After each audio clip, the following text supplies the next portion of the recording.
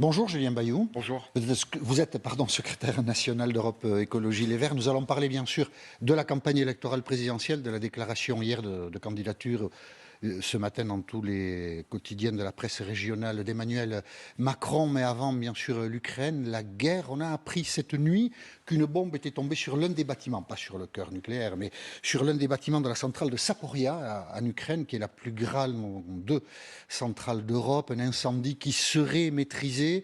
J'imagine, puisque la question du nucléaire est toujours très sensible dans le débat public et chez les écologistes, que cette information vous a interpellé.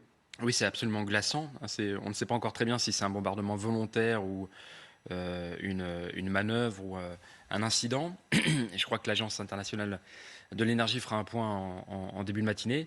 Mais c'est glaçant. C'est-à-dire qu'on voit bien que ce qui se joue en Ukraine, on l'a dit, c'est la paix et la sécurité de toute l'Europe. Mais là, c'est extrêmement concret.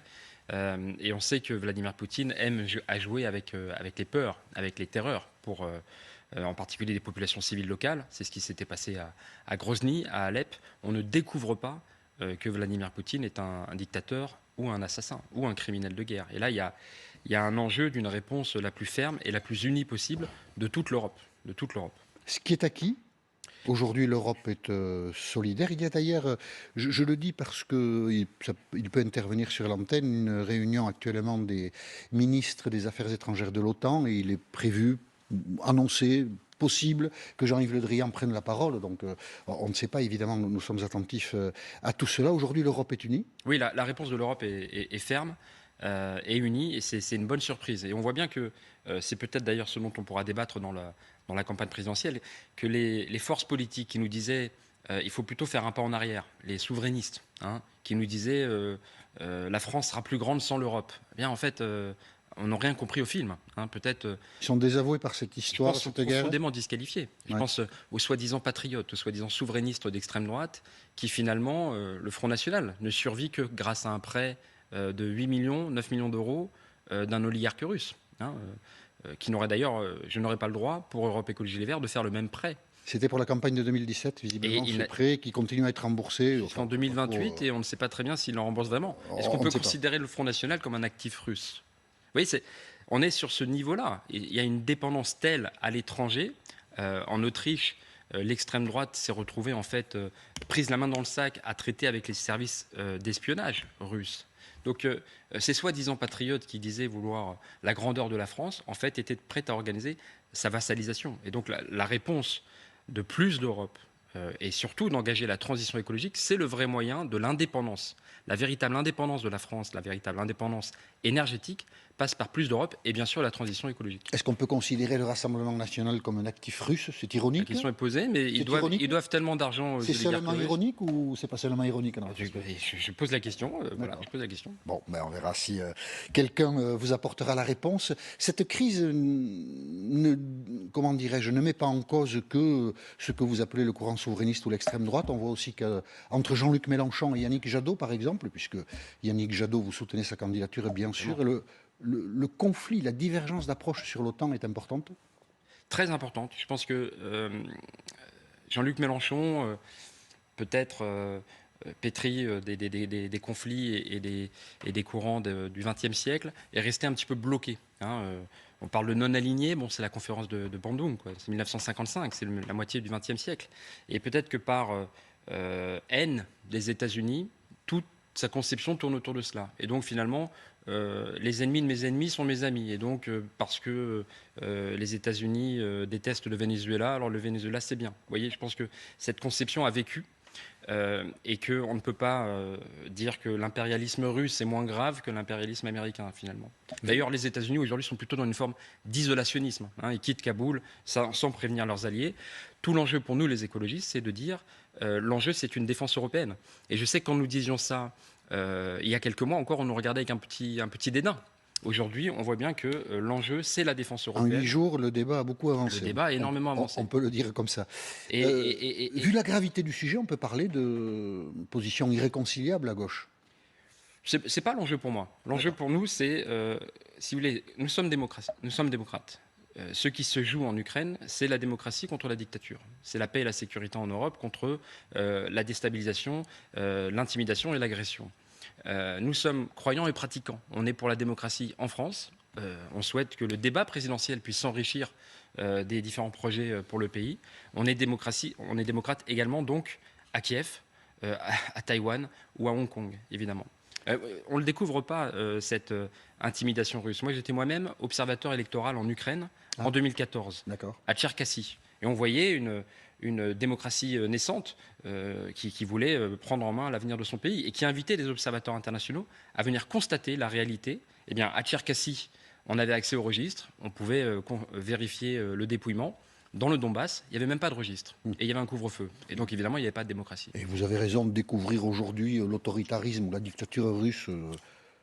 On le savait depuis un petit moment. On le savait depuis, bien sûr, depuis la Tchétchénie et les massacres à Grozny, depuis Alep en Syrie, la Géorgie en 2008 et bien sûr déjà la guerre en Ukraine en 2014. Campagne électorale présidentielle, le président de la République a dit ce matin dans les journaux « Je suis candidat ». Une lettre à tous les Français explique ou encadre cette déclaration de candidature. Vous avez lu la lettre? Oui. Alors? Bon, je te dis en même temps, il y a un peu de tout, il y a un peu de rien.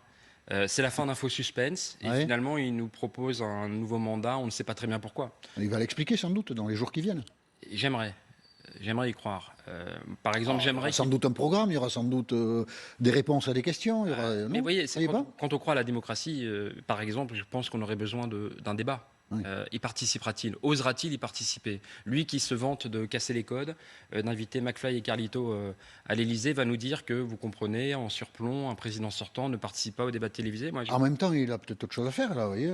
Ce matin, c'est une centrale nucléaire en feu. Hier, c'était autre chose. Demain, ce sera autre chose. Bon, évidemment, pas facile. Évidemment. Il n'empêche que je crois qu'il s'honorerait à participer vraiment à des débats, à défendre son bilan, parce que moi, je ne le connais pas. Il disait vouloir... lutter pour l'égalité, elles ont plutôt reculé. Lutter pour le climat, la France a été condamnée 2 fois par sa justice. Il a réintroduit des pesticides, des néonicotinoïdes. C'est la France qui est le seul pays européen à ne pas tenir ses engagements en matière de développement des énergies renouvelables. Et je le dis, nous disions, comme Yannick Jadot, nous préférons dépendre du vent que de dépendre de Poutine. Ça pouvait paraître un peu abstrait il y a encore quelques mois. Là, aujourd'hui, on est dans le dur. Notre porte-monnaie, la facture énergétique, les emplois, le climat et désormais l'indépendance du pays et du continent dépendent de cette transition écologique. Dans sa lettre, Emmanuel Macron dit, avec l'expérience, sur certains dossiers, il ne précise pas lesquels, j'agirai différemment. Est-ce que cette humilité vous a attiré votre attention? Alors, si vous avez lu, il dit nous aurions fait des choix différents. Nous n'avons pas tout réussi. Donc, et il dit nous n'avons pas tout réussi. Mais il dit instruit par l'expérience, je ferai des choix différents. Ouais, il avait dit ça aussi sur TF1. Je crois que c'était juste avant d'insulter les Français non vaccinés. Vous y croyez pas trop? Non, alors c'est un bon comédien. Pourquoi ça marche pas la campagne? Mais vous voyez, quand c'est lui, ça réussit, et quand ça réussit pas, c'est un nous. Voilà. Je pense qu'il a grand pouvoir, grande responsabilité. Il a eu trop de pouvoir, c'est le rôle du président de la République. Il a voulu décider en Jupiter de manière extrêmement verticale et je pense que le pays en a souffert. Il a beaucoup brusqué sur la réforme de l'assurance chômage, par exemple, sur ces inégalités profondes.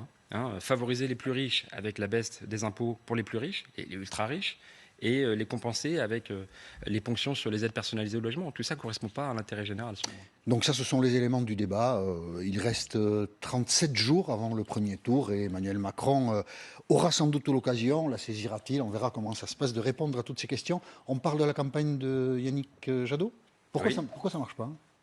Mais le débat était un peu confisqué, vous l'avez peut-être vu, par la question sanitaire, aussi par les outrances de l'extrême droite, ce pseudo grand remplacement, qui est contredit par tous les faits statistiques. Ça a beaucoup pesé sur le débat. Bien sûr, maintenant, la guerre en Ukraine, mais je crois qu'au contraire, ces débats, faut-il plus ou moins d'Europe et comment organiser la transition pour ne moins dépendre du gaz russe? On importe 17% de notre gaz depuis la Russie. C'est le cœur du débat. Ça ne marchait pas. La campagne de Yannick Jadot ne marche pas à cause des autres. Pas à cause de lui, de vous, de la difficulté à faire passer des messages, c'est pas terrible peut-être. Voilà. Il n'y a pas une remise en cause, il n'y a pas quelque chose qui manque dans votre campagne? Je crois vraiment que nous pouvons faire de nos convictions un vrai axe stratégique. Nous avons été constants, cohérents, vous savez, dans ce dans ce paysage politique où tout change tout le temps. On ne sait même pas très bien si les Républicains sont pro-européens ou non. Il y a encore quelques temps, dans leur primaire, ils voulaient bazarder tout l'acquis communautaire. Je crois que nous pouvons vraiment compter sur la constance, la cohérence.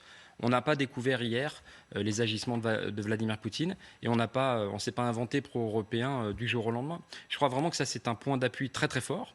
Je pense même que ces idées sont majoritaires dans le pays. La question, c'est est-ce que les Français et les Françaises peuvent en faire un déterminant du vote? Et c'est tout l'enjeu de la campagne. C'est tout l'enjeu de ces débats télévisés où nous allons pouvoir parler de comment agir aujourd'hui pour éviter que les plus vulnérables payent le prix des efforts de guerre en Ukraine et comment sortir de la dépendance aux énergies fossiles dans l'avenir. Pour nous, ça passe par la transition écologique et par plus d'Europe. En tout cas, un peu plus d'un mois du premier tour, les intentions de vote restent très basses pour Yannick Jadot. Ça va se décanter. Vous êtes inquiet? On a vécu un peu le même schéma aux élections européennes. On était donné très très bas à quelques encablures du vote. Mais on serait d'accord pour dire ce matin que le deuxième tour, il ne faut même pas y penser pour vous? Moi, je continue de penser que rien n'est fait. Et vous savez, ce ne sont pas ni vous ni moi qui faisons le sort des élections. Ce sont les électeurs. On est tout à fait d'accord. On va les laisser se prononcer le 10 avril. Mais enfin, si vous dites que vous pensez pouvoir être au deuxième tour, moi, je dis que je pense que ce sera très difficile. Très bien. Et voilà. Eh bien, laissons la campagne le décider. Le 10 avril, nous ferons les comptes. Sandrine Rousseau, on va parler d'elle. Alors évidemment, j'imagine votre embarras. Elle était l'opposante de Yannick Jadot lors de la primaire des écologistes.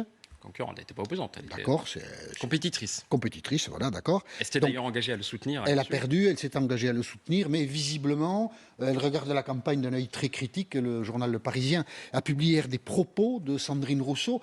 Elle a cette phrase qui est assez drôle, mais est-ce qu'elle est fausse? Elle dit Emmanuel Macron et Éric Zemmour racontent une histoire et Yannick Jadot, ils vendent des chaudières.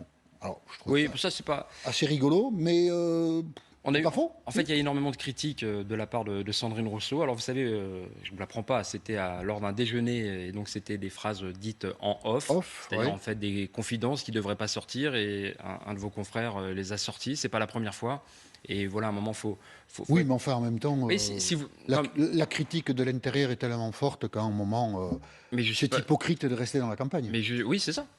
Par cohérence, finalement, si vous pensez ça et si vous dites ça aux journalistes, alors dans ce cas-là, il faut sortir. Les journalistes rendent service quelquefois. Ce qui est constaté par l'équipe de campagne, si l'ambition personnelle de Sandrine Rousseau n'est pas compatible avec le fait de constater que c'est en fait Yannick Jadot le candidat, eh bien, il vaut mieux qu'elle... Ça vous affaiblit quand même, non? C'est un désordre. C'est vraiment pas... vous voyez, dans la période... Je pense qu'il y a des choses plus graves, oui, ça c'est sûr. C'est ça. Voilà. Mais quand même, malgré tout, c'est un manque de cohérence, d'unité, de camaraderie, enfin... Ça donne une image, c'est perturbant dans une campagne. Ce qui nous affaiblit, c'est finalement si une ambition personnelle ne s'inscrit pas dans le collectif. C'est-à-dire que vous avez Yannick Jadot, bien sûr, ses porte-paroles, les partenaires du pôle écologiste, et l'ensemble des militants et militantes qui, dans cette campagne qui ne prend pas vraiment, ne ménagent pas leurs efforts. Et donc c'est vrai que si vous avez quelqu'un dans la campagne, vous savez, c'est une course d'aviron, tout le monde doit ramer.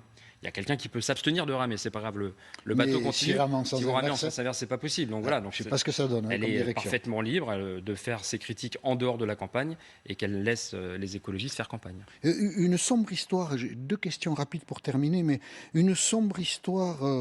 On dit que le directeur de campagne de Yannick Jadot, qui s'appelle Mounir Sabouri, a tenté de soudoyer, c'est ça, les organisateurs de la primaire populaire. Il leur a proposé de l'argent. Non, tout est faux. C'est le journal Mediapart qui Mounir raconte Satouri, député européen. C'est le journal Mediapart qui le raconte. Bien sûr. 150 000 euros auraient été proposés. Les dirigeants de la primaire populaire, je ne sais pas si c'est public, mais disent qu'effectivement, ils ont été approchés par le directeur de campagne de Yannick Jadot. Et vous le démentez? Entièrement faux. Donc c'est Mounir Satouri, directeur de campagne et député européen, qui est accusé. Entièrement faux. Cette somme n'a jamais été versée, ni même envisagée. Une manipulation. Versée, non. Personne dit qu'elle a été versée. Voilà. Qu'elle a été proposée. Ni même envisagée. Elle n'a pas été proposée? Non, absolument pas. Elle n'a pas été proposée. Et donc elle n'a pas été proposée. Ces animateurs de Elle n'a pas été proposée. D'accord.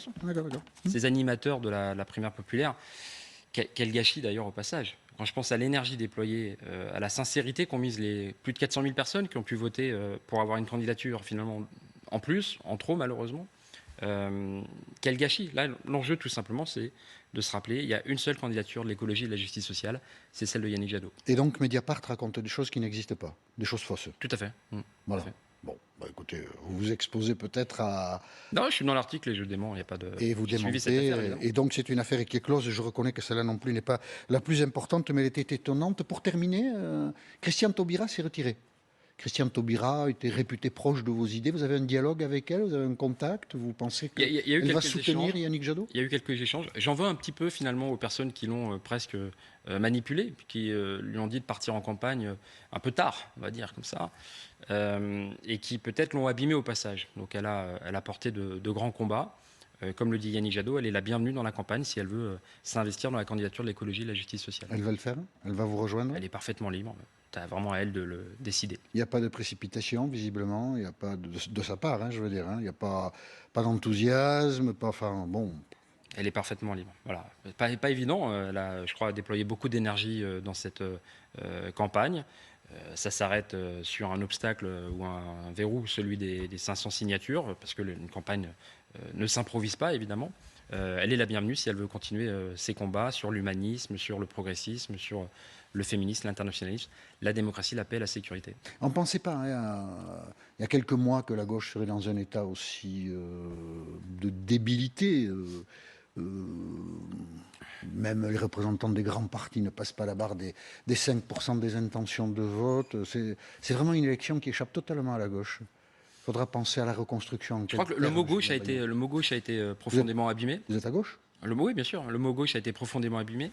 Et je pense qu'aujourd'hui, il y a un enjeu entre les réactionnaires, les conservateurs et les progressistes. Le nouveau progressisme, c'est l'écologie. Si vous voulez, des services publics, l'égalité femmes-hommes, l'égalité salariale, l'égalité femmes-hommes, la lutte contre les discriminations, la paix, la sécurité en Europe, c'est l'écologie. Je le redis, la véritable indépendance du pays, la véritable indépendance énergétique, la condition de notre propre diplomatie, de notre autonomie stratégique en France et en Europe, c'est la transition écologique. Voilà, c'est dit. Ce sera le mot de la fin dans notre entretien, Julien Bayou.